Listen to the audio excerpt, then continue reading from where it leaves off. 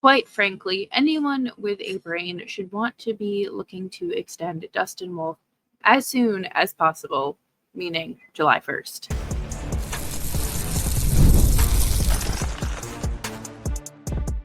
You're Locked On Flames, your daily podcast on the Calgary Flames. Part of the Locked On Podcast Network, your team every day.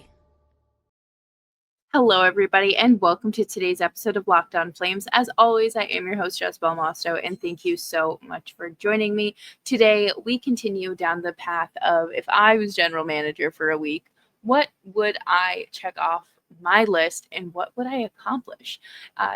Thank you so much for tuning in. Make sure you subscribe wherever you get your podcasts, as well as YouTube. We are here for you Monday through Friday, 5 days a week, your team every day, and let's just talk about Dustin Wolf, okay? He is a Calder Trophy finalist, which is kind of like a hot button topic because I think Flyers fans thought that Mitchkov was going to get it first or get it over Wolf, which, I mean, I don't know. I think Dustin Wolf carried his team a little bit more, but that's neither here nor there. But I think that you have to do this as soon as possible. July 1st at 12:01. I mean, I know it's when free agency opens, and that's technically when things start rolling in. But he is eligible as soon as July 1st. And to me, I don't think you need to take the bridge deal route. You know where you stand with Dustin Wolf. The bridge deal is for players who you aren't 100% certain on. Like, there's some, I don't want to say doubt, but you don't want to put all of your eggs in one basket. And I'm sorry, I will put every single egg in the universe in a single basket for Dustin Wolf. I think that you have to get to work immediately.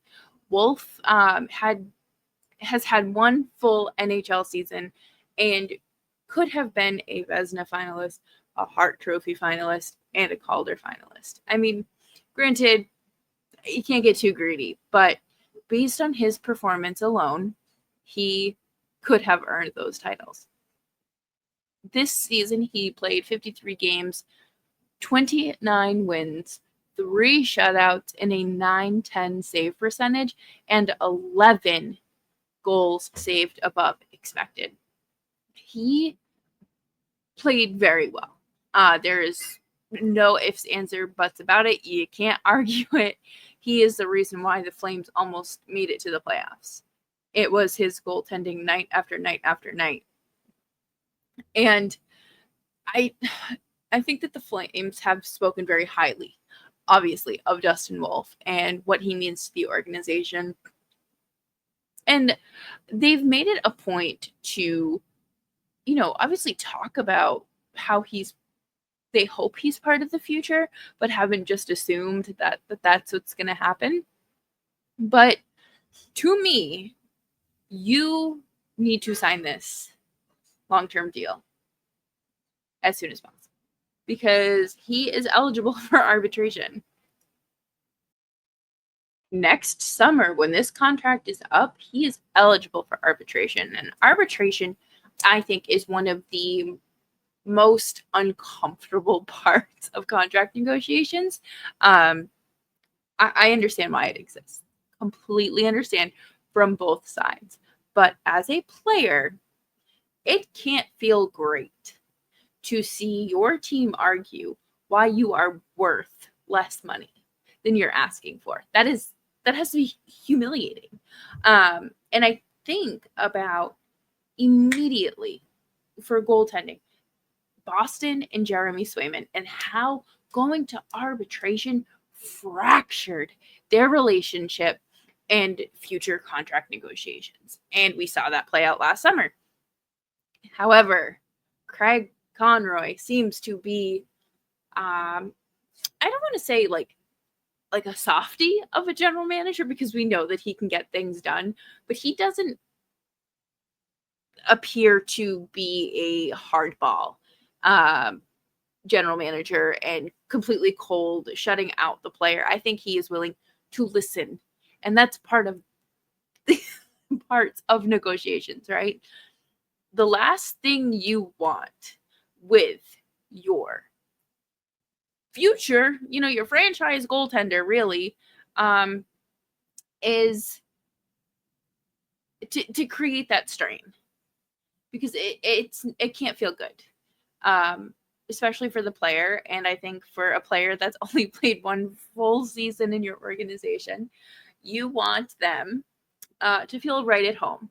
Not that they're running the show by any means, but there is still, it's not uncomfortable. They don't feel like they have to walk on eggshells. And I feel like arbitration just leads to that. And depending on how bad it gets, I don't know if a relationship really ever can fully recover. But if again, Craig Conroy and I, Freaky Friday situation, immediately, I am getting on the phone with Dustin Wolf's agent. And I'm saying, what are we doing July 1st? You guys have any plans? Are we going to hang out? Want to go play some golf? Do you want to have lunch over Zoom? FaceTime? How's your internet connection? Like what is everyone feeling? Because I am trying to get this done. That's it. Obviously, I can't start negotiations now. That's got to wait. But I think that on July 1st, I'm extending that olive branch officially, because I'm sure these conversations happened well before July 1st. But for posterity, of course, as a law-abiding and rule-following general manager of an NHL team, I would so kindly wait until July 1st. And I would go into this, open mind. But we're closed off at a bridge deal. That's not happening. And coming up next, I'm going to talk about what I would bring to the table in terms of my contract negotiations, how I would approach it, and what would I offer to Dustin Wolf, as well as how do I ensure there's success beyond this season for Dustin Wolf.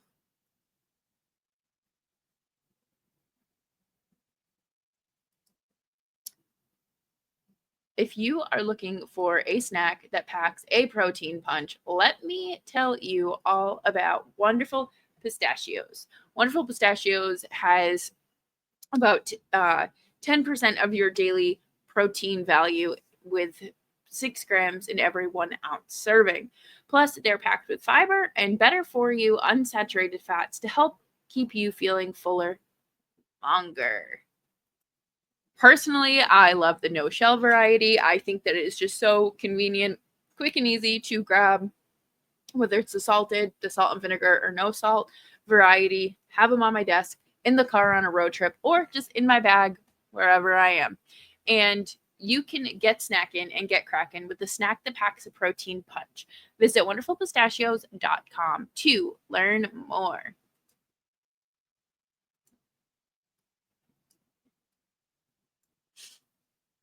Thank you, everyone, for hanging out with me today on Locked On Flames. Make sure you're following the show wherever you get your podcasts, as well as YouTube. We're here for you Monday through Friday, 5 days a week, your team every day. And as someone that does a little bit of negotiating in her day-to-day life, I think I could accomplish this. I don't know if it would be with ease. Don't know if it would be it would not be the first time around. But with a little bit of charm, adding a little, extra incentives and benefits, you too could be a Calgary Flame goalie for the next 8 years. But in all seriousness, I don't care that Dustin Wolf has one successful season, or one season at all under his belt. Again, 3 shutouts, 29 wins, 11 goals saved above expected, and a .910 save percentage, with one of the worst defenses in the league in front of him. Let's just take that all in when considering this. because the Flames defense can only get better from here. And we're going to talk about that a little bit later, but I have full confidence in Dustin Wolf. And I think everyone should. I don't necessarily think that he's given you a reason to doubt his ability in the NHL, minus a few of those first 17 games that he started, not this past season, but the season before.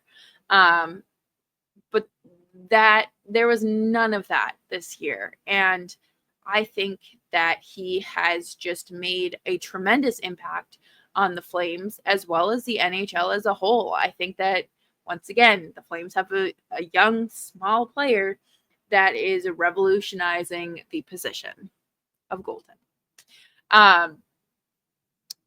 To me, you have to go into this like you are a car salesman. You are going in. Obviously, you aren't going all in on your first offer, right? Because then you have nowhere to go. You have nowhere to go. Regardless, I'm fine going in at 7 or 8 years. However, you're going to come in high on the term. That is a no-brainer. And maybe you come in, $1 million to $1.5 million lower than where you're really looking to be, for that yearly salary. And I'm saying I am perfectly fine throwing $7.5-8 million at Dustin Wolf, especially in a rising cap era. I'm not overly concerned. I think that you come in at, let's say, 6.5, low 7s, and see what they think, because I don't think that they're going to ask for anything closer to 9, high 8s. I don't think that's going to be the case, unless they are, of course, accounting for the rising cap. Then we might have to do a little math. But to me, there should not be a bridge deal anywhere near this contract. Should not be brought to the table. It should not be something that is put into anyone's mind. You cannot plant that seed. You need to get it done now. Well, as soon as you can. And to me, again, going back to the negotiating, I think that you have to be very careful, because you don't want to scare this player off. You don't want to say, oh, they're really only open to like a 7 or 8 year deal. I haven't thought beyond that, beyond that 3-year window mark. Okay, so once again, you have great prospects in your system that will be coming up. Zane Parekh, I'm specifically looking towards you to save the defense. And then you have a new facility. You have, obviously the brand new arena. You have the brand new training facility, the brand new practice facility, all these amenities that are truly state of the art. And Calgary is going to become a very attractive destination over the next 3 to 4 years. I'm very comfortable saying that. But maybe instead of saying 8 years, you say, what about 6? How do you feel about 6? No, we'd like to go a little bit more than that. Okay, great, 7. Well, actually, we were thinking of maxing out. Great, 8 sounds fantastic. And then when they present you with a 9, because they're going to come in high. Always the customer, I use that in quotes, is always going to come in higher than where they're like actually okay being.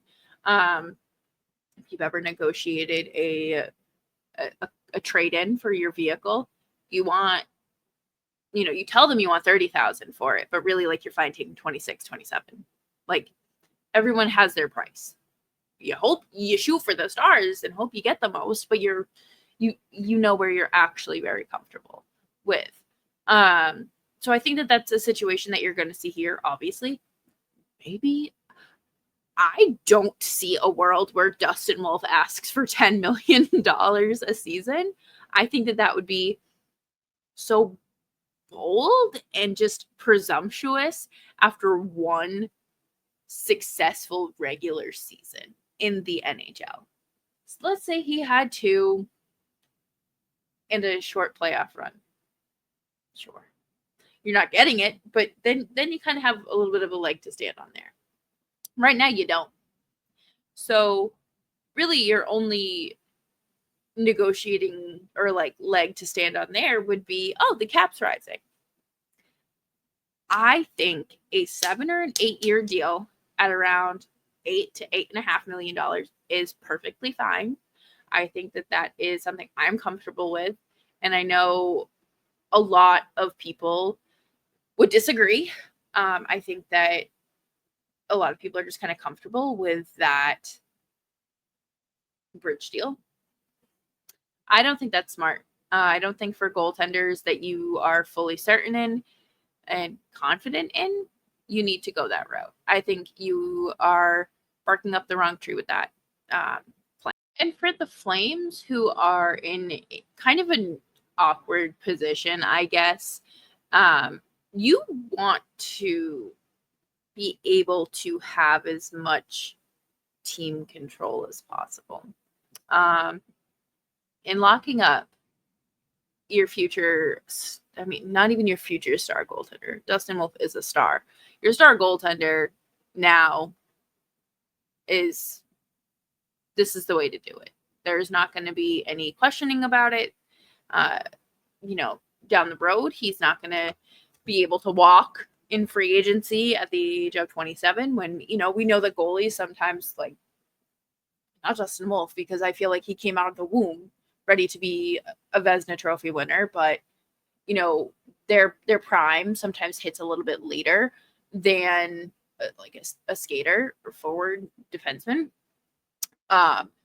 So you don't have to worry about that. So let's say you sign him to a 34-year deal. Nope. 8-year deal, and it kicks in not this season, but next. So that would be 25. So what? 33, 34. Yeah, no, sign me up. Dustin Wolf, like, I want him on this team for the remainder of time. And coming up next, we're going to talk about how you might be able to convince him to stay long term and how you're going to be able to build out to ensure him a nice long career as the Calgary Flame.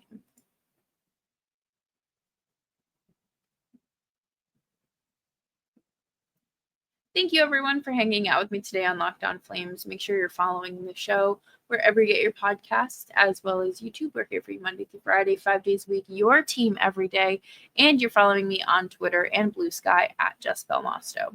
So immediately, when I was thinking about this, you have to create a pitch. And that's fairly obvious, right? If you are going into a job interview and they come back, you ace it, you do great. You come back and, okay, we'll reach out to you in a couple days with our decision. You're going to want to pitch that employee or have a pitch written for you that makes it staying at your current job sound like the stupidest decision you could ever make. And that's really what you have to do when negotiating contracts, because you are offering this player more money than they have probably ever been offered in their entire life. We're talking generational wealth for years and years to come. And you want to make sure it's not just about the dollar signs. Does this player feel like there's a team in front of them or around them that is something they want to be a part of? This team talks about culture all the time. And, how do you continue to build off of the great culture that you have now? Well, I think, obviously, You have Mackenzie Weegar, who is on your blue line, who is a great stay-at-home defenseman. I think that, after Backlund departs from the Flames, whether he requests a trade or be traded or retires, I think that you name Weegar captain. Weegar has shown the characteristics of a captain since walking into this locker room, since stepping foot in Calgary. And having someone like him leading your blue line that is very responsible, very pro accountability will be very helpful. And then on top of that, you have Zane Parekh coming up, right? And the next, more than likely not this upcoming season, but the season after, I think he'll be a full-time NHLer. You are in good hands with him. And I think that Kevin Ball has really come a long way from where he was as a New Jersey Devil. I think that the increased responsibility playing with Rasmus Andersson has helped him immensely. And I think that we see that with most players that are asked to take on more. And I think there's still some room for Ball to grow, but I would be very satisfied to see Ball with the Flames for another 4 years. And that contract's another episode that we can talk about later on this summer. But ultimately, you have to build out your defense. You have to trade Rasmus Andersson. Again, another thing we will talk about later this week. You have to trade Rasmus Andersson. You have to let some of your AHL prospects really crack the defensive pairings. Otherwise, you need to go out and trade for someone immediately. There aren't really any, free agent defensemen that I'm like, this is who the Flames need to get. But drafting is huge for the Flames. They need to continue to land every draft pick. They need to take a lesson out of the Dallas Stars book. And you need to find a way to protect him, Dustin Wolf, because there were far too many instances this season where players felt a little too comfortable getting close to Dustin Wolf. And I think of Jamie Benn, like, manhandling Wolf's helmet and, like, rubbing him on the head. Players were crashing into Wolf left and right at points. You need someone that's going to stand up for him, because we know that he's not going to start swinging on people. But at the end of the day, I am presenting Dustin Wolf the promise of a great backup goaltender, whether it be Dan Vladar, Devin Cooley, or you have some great depth in the organization with 2 NCAA goaltenders that you just signed. Like, there is a lot of room for these players, and potential to grow. And obviously a fat paycheck, should that be a motivating factor as well. But I think that you have to go the long term, 7-8 years at $7.5 to $8.5 million. I don't think your goaltender should ever be the most, like, the highest paid player on your team, and with the Flames, that's not happening. At least not in this next, how many more years of the Huberdeau contract do we have? But this is not happening this time around. And I think that Dustin Wolf is worth every single penny that you offer him. And I don't think that he should take any sort of, like, discount. The cap's rising. He should get every dollar that he wants. And I don't want to hear anyone talk about the bridge deal. A bridge deal. That's not an option here. We don't offer that around here. So, yeah, that would be my goal. Get Dustin Wolf under contract, lock and key, locked up for the next 7 to 8 years. And I would feel like that would be a very successful offseason in itself. And that will do it for me here on today's episode of Locked On Flames. Thank you all so much for joining me. I hope you have a fantastic evening. I will be back tomorrow with a look at the defense long term because, as I mentioned before, a little earlier, there's some room to grow and there's only so much you can do with your in-house talent.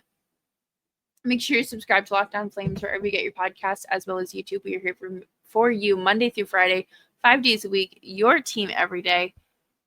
See you tomorrow. Bye-bye.